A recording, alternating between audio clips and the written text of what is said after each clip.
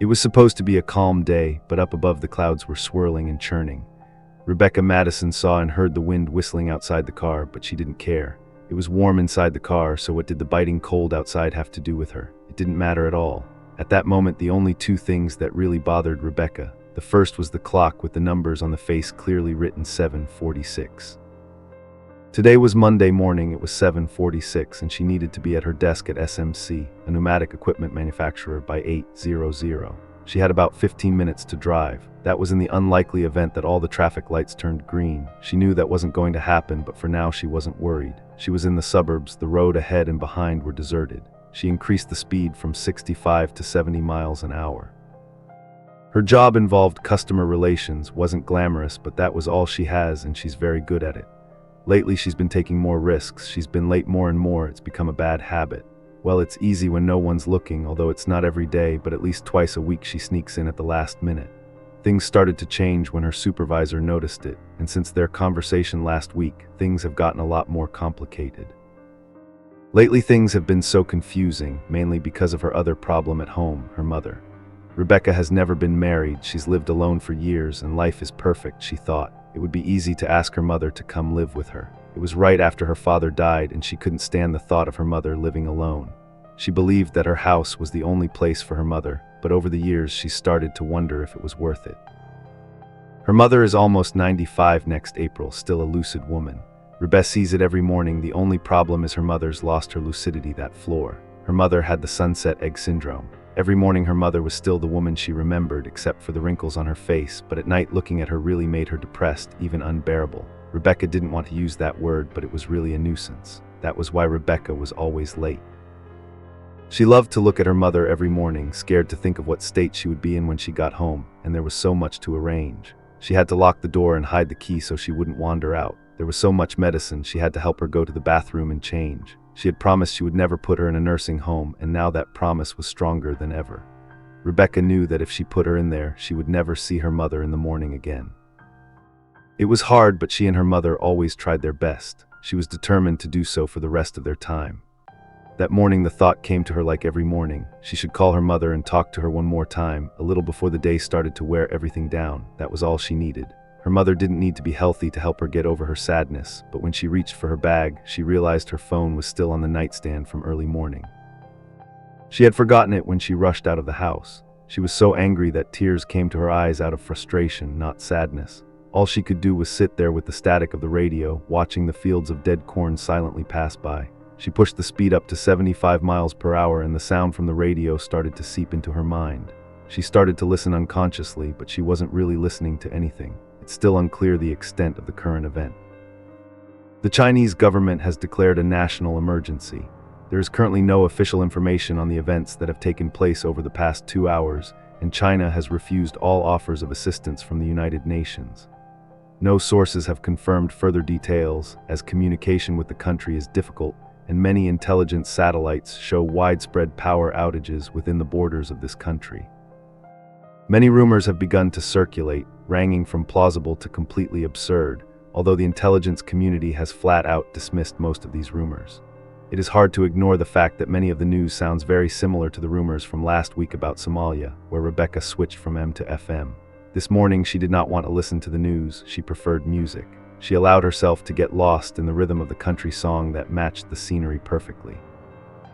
A tower slowly appeared on the right, a picturesque country house next to it, and to the left she saw an old green Ford pickup pulling a wagon. The scenery was gray, she felt young again, and that was all she wanted. The moment was perfect, it made her completely forget about the red object, like the color of the animal that had been run over in the road ahead. Her tire blew to pieces. The only time Rebecca had ever seen a tire blow out, she was only 30. Her father was driving, she remembered how calm he handled the situation. He clenched his teeth, trying to keep the car steady on the road. He was nervous but controlled the car with great skill. She wished she could inherit that from him. She screamed, and on reflex she quickly turned the steering wheel to the right. Her car slid to the side of the road. She adjusted the steering wheel just in time to stop the car from going into the ditch on the side of the road. The car slid into the opposite lane. Myuu turned his head towards where she had just come from. When she hit the brakes, she clenched her teeth, waiting for the worst, but luckily the car stopped without further incident. Everything stopped except her heart. It was beating faster than it had ever been in the past 5 years. She suddenly remembered the truck, but about 10 seconds too late. Luckily, it was no longer a problem. The man driving the truck had stopped about 2 car lengths away from her. He had gotten out and was approaching her car door. A light knock on the window brought her back to reality. "Are you okay?" the girl, he asked worriedly. She looked at the skinny old man with a thick mustache and dark hair tanned by the sun. He looked at her with narrowed eyes as she nodded. He nodded back. "The phone, I'm in the truck. Wait a minute, I'll be right back," he said, and then he turned and walked quickly back to his car. As soon as he finished speaking, he turned and hurried back to the truck cabin to find his phone. While she unbuckled her seat belt, feeling like she had just been punched hard in the chest by a gorilla, her head was heavy. She realized she was dizzy as she took her first step out of the car, as if she was walking on the floor. She held onto the car door with her pale fingers against the fierce wind. The wind was so strong, it seemed like it could knock her over or even sweep her away. She closed her eyes, gripped the door, and took a few deep breaths that would probably help her calm down a lot. If the old farmer hadn't accidentally startled her when he came back, he probably saw the fear in her eyes, so he quickly apologized. "Sorry, are you okay?" "Yes," she said, trying to calm herself down rather than answering him. "I'm fine, are you okay?" "I'm sorry I scared your horses." "No, I stopped in time, girl, and this car is empty." "Horse about 10 miles away. Her tire blew out, huh? Think about it." She wasn't sure, everything was still spinning thin. "I think so, damn hope not, I don't have a spare tire." "It's okay, girl," the farmer laughed loudly, putting a hand on her shoulder as if to reassure her. "Everything will be fine. Let me see what's wrong with the tire." He was very kind to her. He gently and carefully guided her with his arm, making sure she didn't wobble. They slowly walked around to the front of the car. They saw the right front wheel was almost nothing but a rim. The tire was torn apart as if she had driven through a field of barbed wire. "Oh my gosh," the farmer said. It was her tire that had seen its prime, and shook his head in disbelief. She felt sick. The wind continued to whip her face. It was unbelievably cold. The farmer didn't seem to mind. He looked towards the rest of the tire lying on the road behind us, so we should get it off the road, the way he said. She reluctantly agreed. She wasn't upset with him. She just wanted to get back to the heater in the car to warm up. The thick fur coat didn't help. She took out a pair of black furry gloves from her bag and put them on. The feeling of warmth didn't come as quickly as she wanted. The reason for being late was now there, and that should have made her feel relieved. But she realized she needed proof to explain something difficult because she forgot her phone at home. "Thank you for your help. I'm sorry, sir." She deliberately left the sentence unfinished. "I hope he will fill in his name himself." "Sanders," he answered. "P.H. Sanders." "It's nothing, Miss Madison." "Rebecca Madison," she said shakingly. "Does your phone have a camera?" He looked at her and smiled, holding up a black smartphone. "I'm old doesn't mean I don't know how to use technology." "Sorry," she interrupted, laughing at him. "I didn't mean anything. I was just joking, girl. What do you need with a camera?" "I forgot my phone at home." Another gust of wind hit her face, making her use it herself. "I asked him if he could take some pictures for me, mainly to show the boss." "Okay, I think we can make a deal." They almost got there. The rest of the tire was lying. The tattered remains were lying about 50 yards from her car. The rubber was peeling off the rim, the tire was facing down, and the torn rubber fibers were curled up like petals. "This looked like it landed there," PH said. "Look at the rubber." He reached down and grabbed both sides, trying to lift it up, but couldn't. The two ends could lift it, but the middle seemed to be stuck to the road, as if glued. He took a deep breath and tried again. "What was this?" he asked. As he tried a third time, he groaned. He laughed. "Attached, uncle. What the hell did you run over?" "I don't know." Rebecca held her chest. "I couldn't see anything a second ago." The tire was still making noise. Then suddenly it wasn't there anymore. She hesitated when PH tried a fourth time because she saw something underneath the rubber. She only had a glimpse, but it looked like something red. "Wait," she said. "It looked like it was stuck to something sticky." "Yo, what kind of sticky is it?" "Super sticky." He must be laughing. Rebecca looked to both sides of the road to check if there were any cars. When she saw the road was still clear, she urged Mr. Sanders to try again. This time when he did, she saw the red mass again. At first it looked like a giant gum color. She was stunned, then knelt down. It was stuck to something squishy, something sticky. PH put the rubber back down and knelt down next to Rebecca. He turned on the flashlight from his phone, shining it underneath the rubber layer. There was indeed a sticky mass, squishy, stuck to the wet layer of the car, and it smelled fishy. The wind carried the stench straight into Rebecca's nose, making her almost vomit. The pungent and warm stench, it was the smell of death. It seemed like she had hit a raccoon or something. PH said, "Back up, damn." It was a new dead one, but strange. The tire, why did it stick to it like that? "I've never seen anything like this before." I've never seen her say. Her right hand was holding my mouth. I didn't see any hair. It just looked like a piece of meat. "Yeah, if you hit hard, they'll look like that. I'll call the state police right away. We need someone younger than the two of us to handle this mess. You know what I mean." He smiled and walked her back to the car. He continued talking while dialing the number. I think we should call an ambulance to check on her condition. No need, I'm fine, she said, smiling to reassure him. She didn't want to get in trouble. I think the state police would want that too, maybe call it once for convenience. She could convince him, but I'm loud and just a little dizzy. Do you want to call yourself? Mr. Suggest let her decide. I don't want to say anything for her. He smiled and handed her the phone. She hesitated, but then took it. Thank you, she said as she took the phone. It's nothing now. Well, let me see what we can do about the front tire. I think I have a jack in the car. As soon as he finished his words, a loud thud sounded from her car on the hood. A big round lump the size of a college textbook just fell and flattened it. Take a good look at it, the same texture as the thing she had just run over. In the bright light it looked like it had been chewed up and spit out. Rebecca looked up to see only dark clouds in the sky. She didn't know what she expected to see, but hoped for some clue. That thing couldn't have fallen from the sky. Oh my God, PH cried out. As he got closer, he only got so far before he had to pull his shirt up over his nose. That thing had been there before, Rebecca asked, trying to make sense of the appearance of the mass of flesh.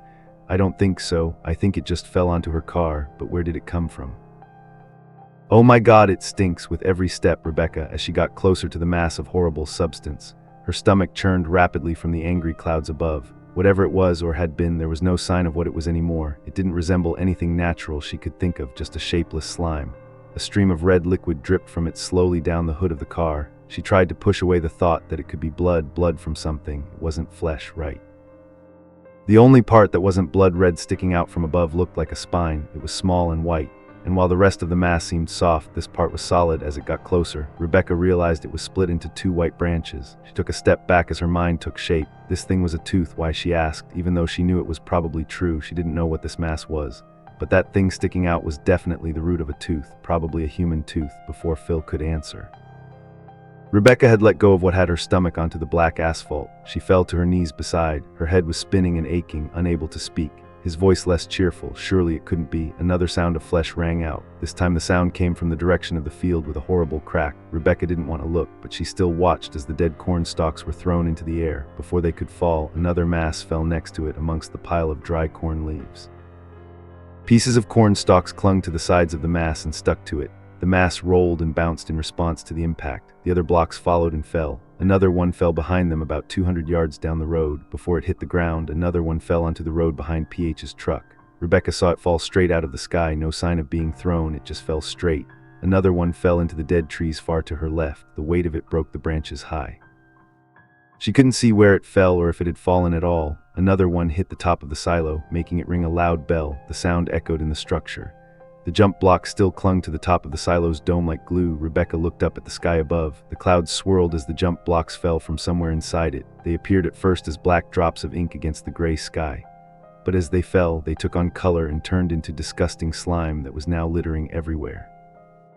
They fell faster and faster, denser. Terror enveloped Rebecca as one fell from her hand less than 1 meter. A stream of warm red liquid splashed on her face. The sky was pouring down the rain. The rotten THT stood up and walked, PH said, also looked up at the sky with eyes both wary and disgusted. He turned to look at Rebecca. Miss Madison, please stand up now. She had to get in the car before, like a cruel joke of the universe. A large chunk of flesh almost the size of a pillow fell on Mr. Sanders' right shoulder. The force of the impact pulled him to the ground, but he was still standing, however. He couldn't stop himself from screaming. Oh my God, Rebecca cried out, quickly stood up and ran to him. The chunk was still stuck to his hand. That weird thing seemed to have stuck to his shoulder and arm, forming a layer of hard jelly, creepy hard, tightly his arm to his body. Small pieces shot out from the impact.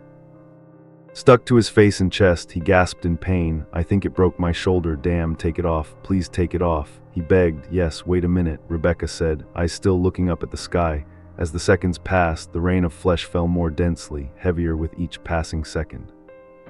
She felt more and more uneasy, fearing that the next chunk of flesh would hit her head. She pictured it clinging to her face, obscuring everything in the dark wood. She turned to the man who was being abused, putting Mr. Sanders' phone in her pocket. She slowly reached towards the disgusting mass clinging to his shoulder. She tried to press her gloved hands into the mass. Squeezing as soon as she did, she felt her fingers slowly sink inside. She winced as the unwanted warmth seeped through his gloves. Mr. Sanders reached up with his other hand to help, but was also sunk deeper into the mass.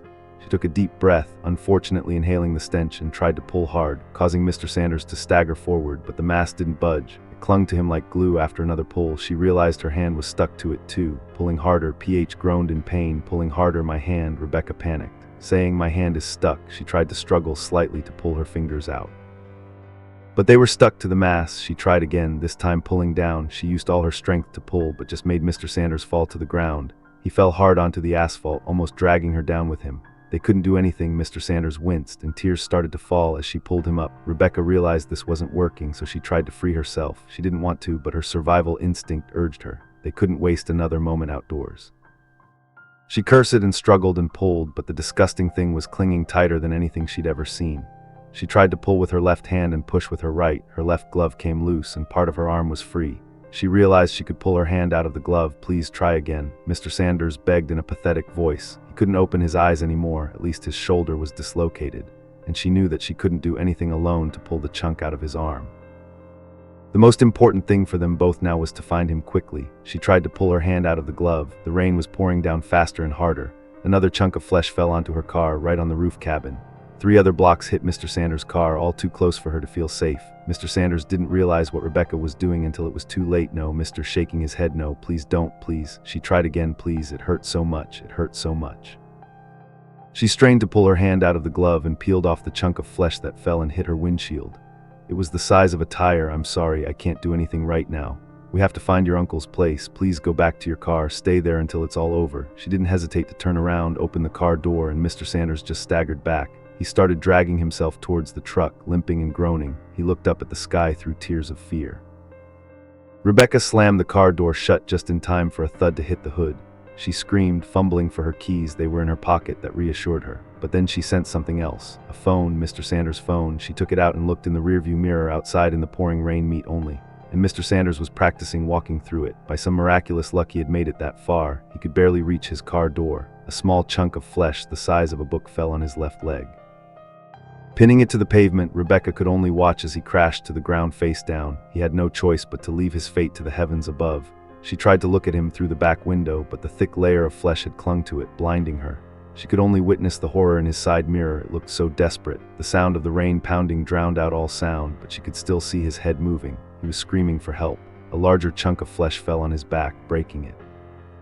Another chunk landed on his leg. While Rebecca sat still, she was safe, and the fear kept her pinned to the seat. If it hadn't been for the chunk of flesh that had swallowed her side mirror, she would have seen another chunk fall on his head, pinning his face hard to the pavement below. It was an unintentional comfort. She began to gasp. She didn't know what to do. The rain outside kept falling endlessly. In reality, the rain only lasted a few minutes, but it felt like it was endless.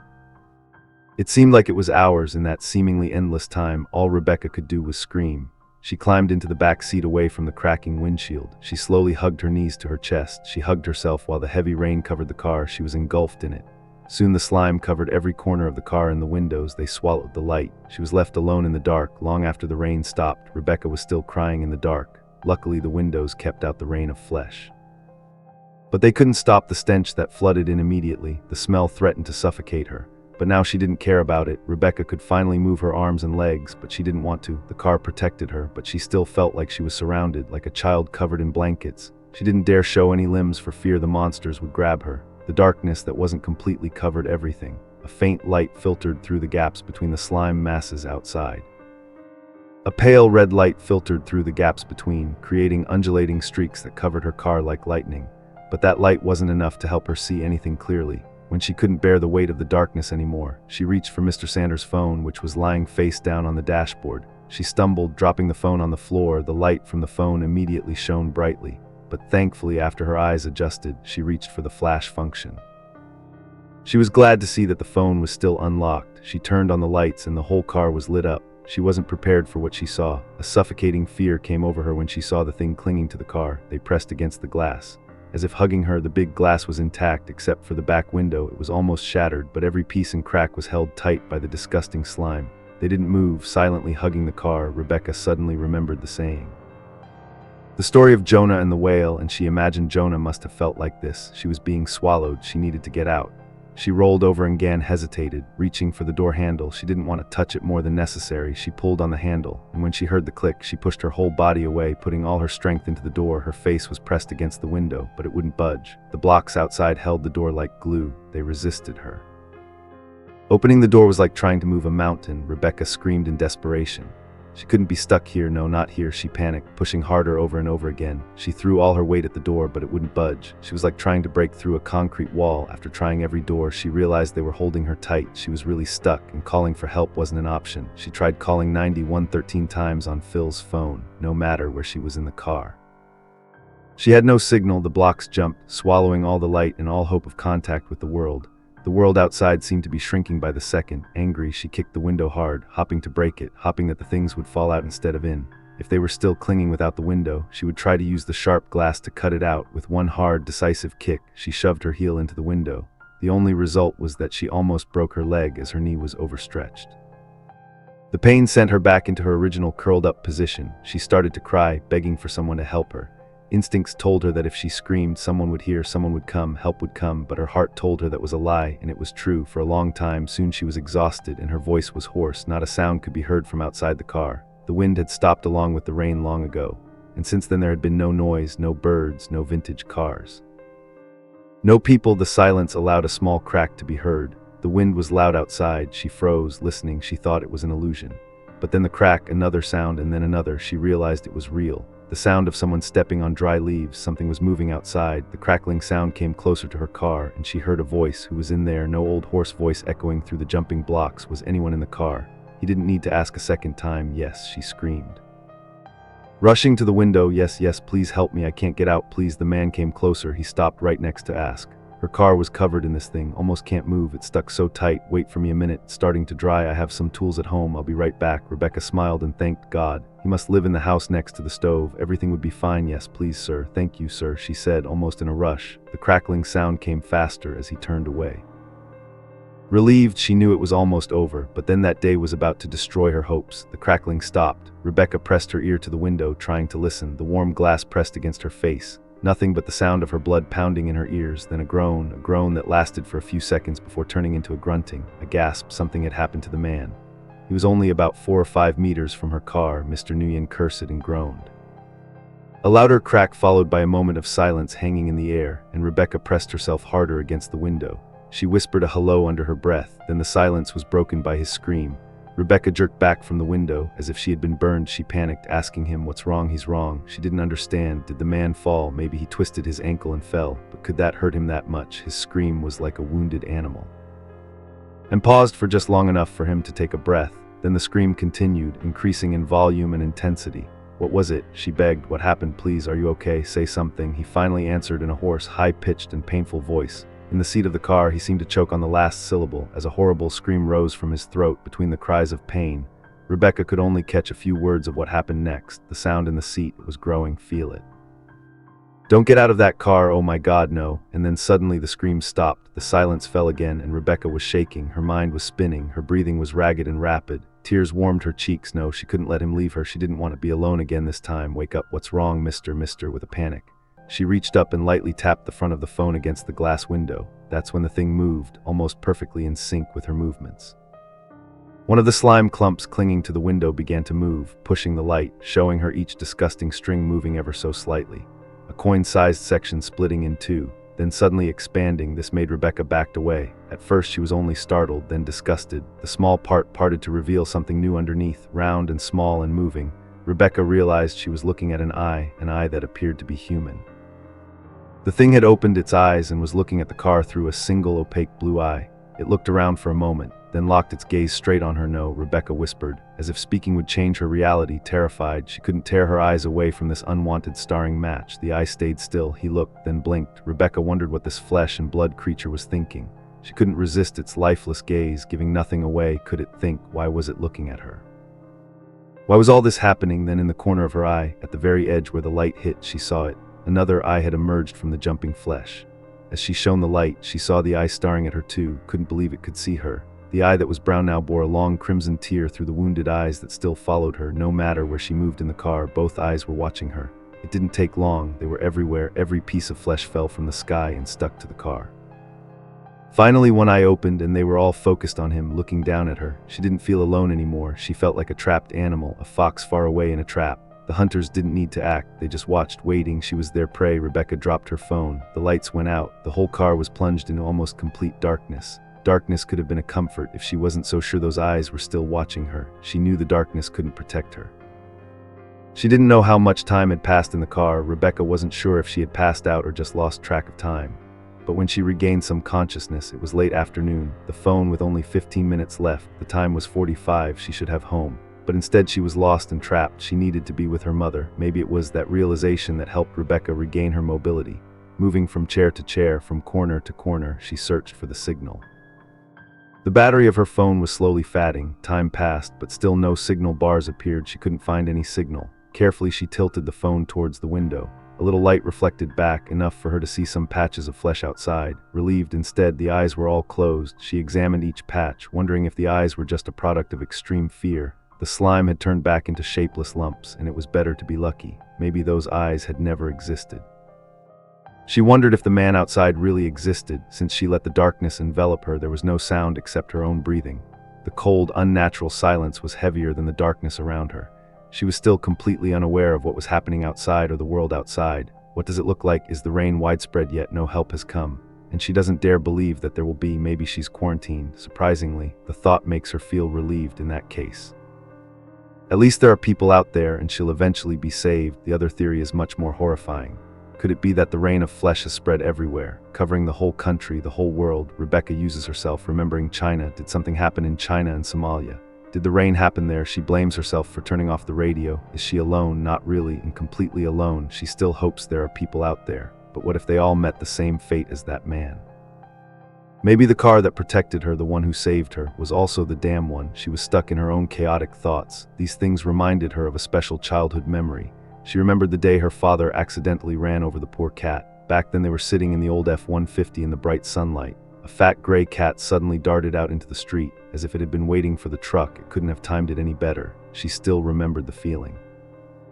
The impact when the front wheel ran over it, then the impact of the rear wheel finished. Her dad had told her not to look. He pulled the car over to check. Rebecca didn't listen. She turned to look out the back window. All she wanted was a quick glance to make sure the cat was okay. That dark curiosity cost her. She remembered Mr. Sanders' words just hours before. That horrible image flashed through her mind. Other than the raised head and the wide open eyes, nothing about it resembled a cat anymore. They had run it over so hard the red overrode the gray. It wasn't an animal, just a piece of meat. If you hit it hard enough, it would be like that. It was all meat, so maybe these things were meat too. That seemed the most plausible hypothesis, but also the most unbelievable. She couldn't accept that meat of what? How could meat fall from the sky? It had to come from somewhere, right? She tried to push that thought out of her head. It made her sick. She thought of the eyes that looked so much like human eyes. Another thought slowly formed. It took root in her head like a cancer. The question of if those things were ever human. No, they weren't human. This was too horrible, too much death, too much meat. It was impossible in every sense. Where did they get so many people from? There must be millions and millions of people killed. In China there were billions. She thought maybe something worse than the rain. Did it happen in China? She told herself, stop it. The thought faded away like a horrible sound. It didn't matter anymore. She hadn't been paying attention. She was just minding her own business, wondering where those things came from. What good did it do? Who cared if they were human or not? She felt choked. All she needed was to get out of here. Her mother still needed her. Sweat rolled down her face. Outside it was only about -1. But inside the car was heating up. The slime was definitely the culprit. They were radiating heat, and their heat was going straight into the car. She took off her coat and sweater. She used her sweat-soaked bra to fan herself. Rebecca wondered how long it would take for them to cook her. If that was possible, she decided not to let herself die from the heat of the disgusting flesh. Put her phone on the dashboard.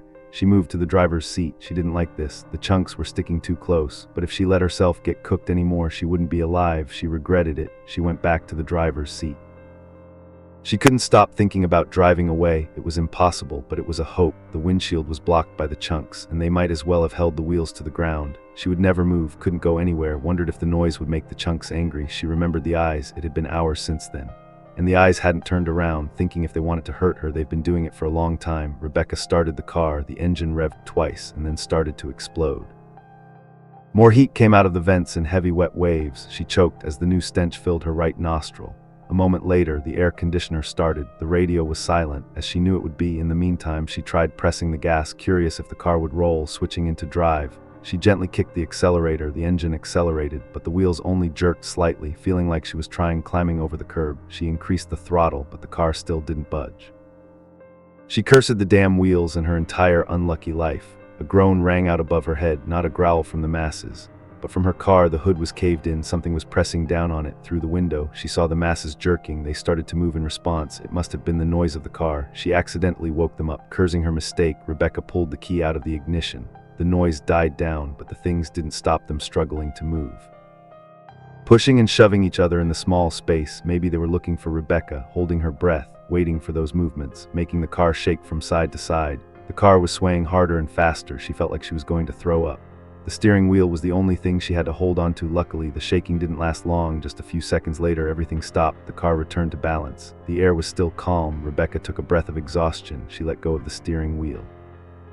But as tears welled up, she reached for her phone. She had had enough. Never before she was so desperate to talk to her mother. Still no signal. Battery only 7 minutes left. Her heart was exhausted. She fell back into the back seat. No longer had the strength to cry. Everything was hopeless. Rebecca wasn't sure what made her check again. Maybe it was her habit in the back seat. She was still unconsciously refusing her fate. Looking back at her phone, she was weakly surprised.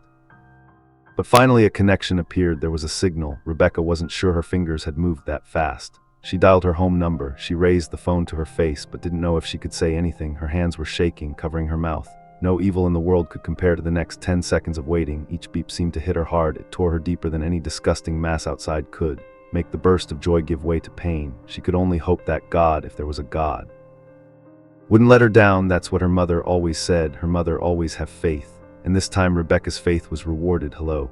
A weak voice came through the phone, weak but alive. "Oh my God," Rebecca gasped. "Oh my God, is that Mommy?" Someone, her mother asked. Normally that question would have broken Team Rebecca. But today it was all she needed. "Mommy, it's me, Rebecca. Are you okay? Tell me you're okay." "Of course you're okay, baby." She spoke calmly. "Of course you're okay. Why wouldn't you be okay?"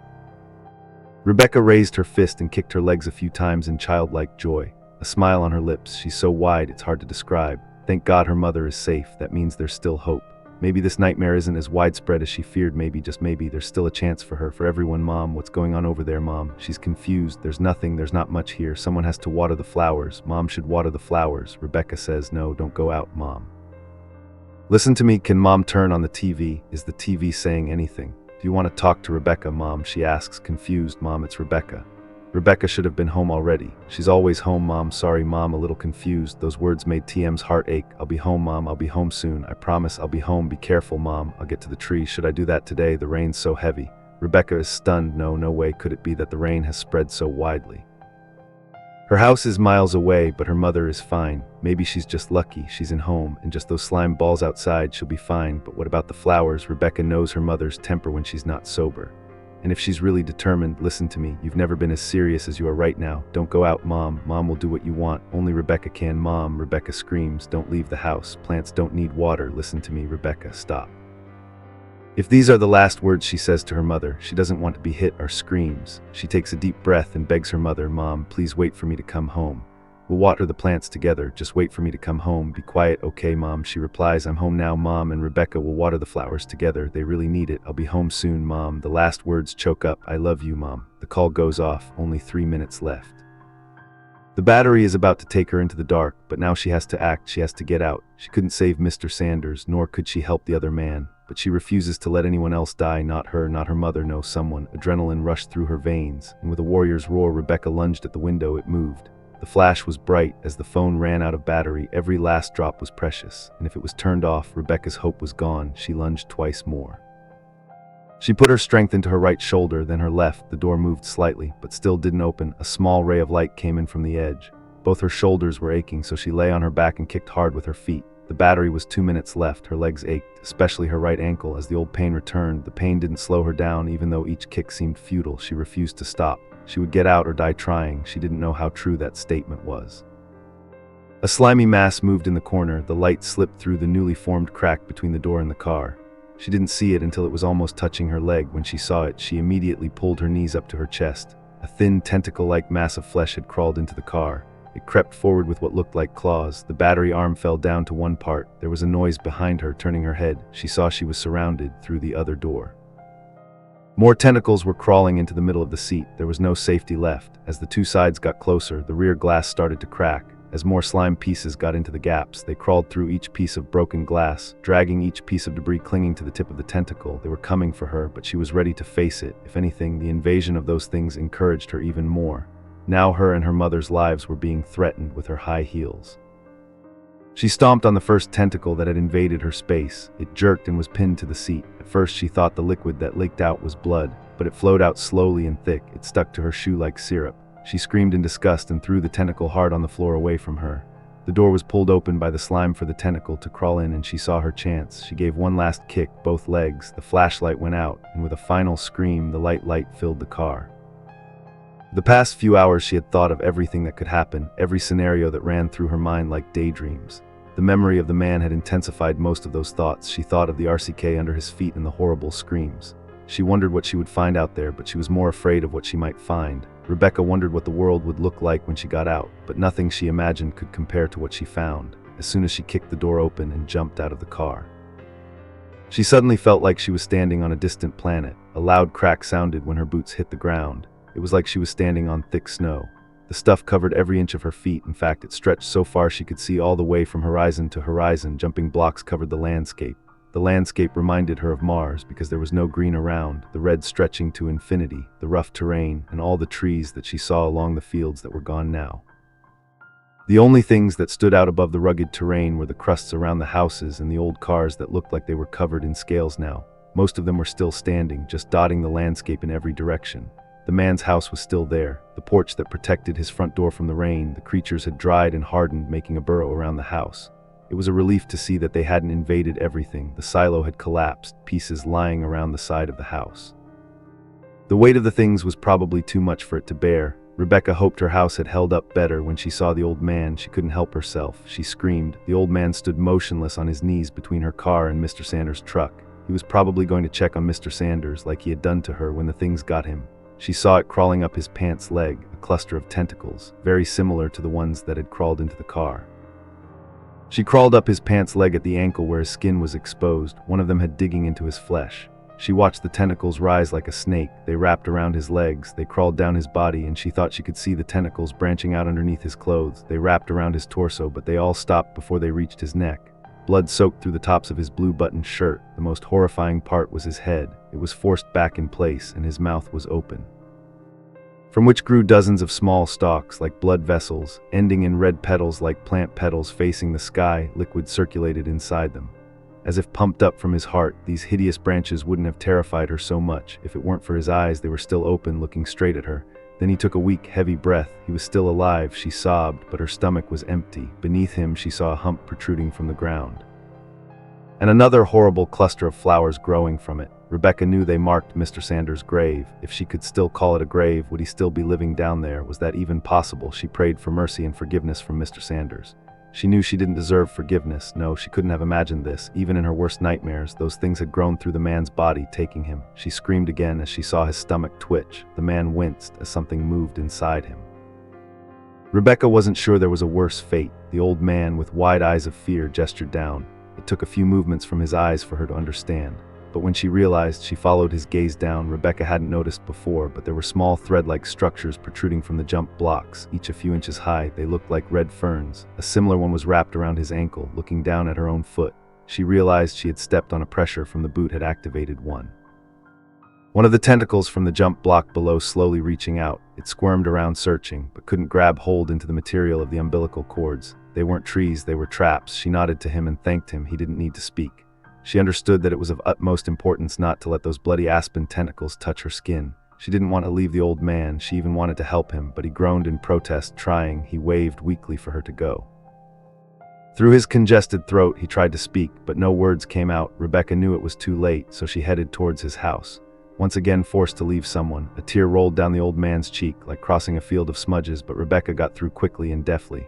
Luckily, the bloody aspen tentacles were few and far between. If she had stepped on them, her boots would still protect. Enough ground beneath her feet crackled like snow breaking when stepping on something new.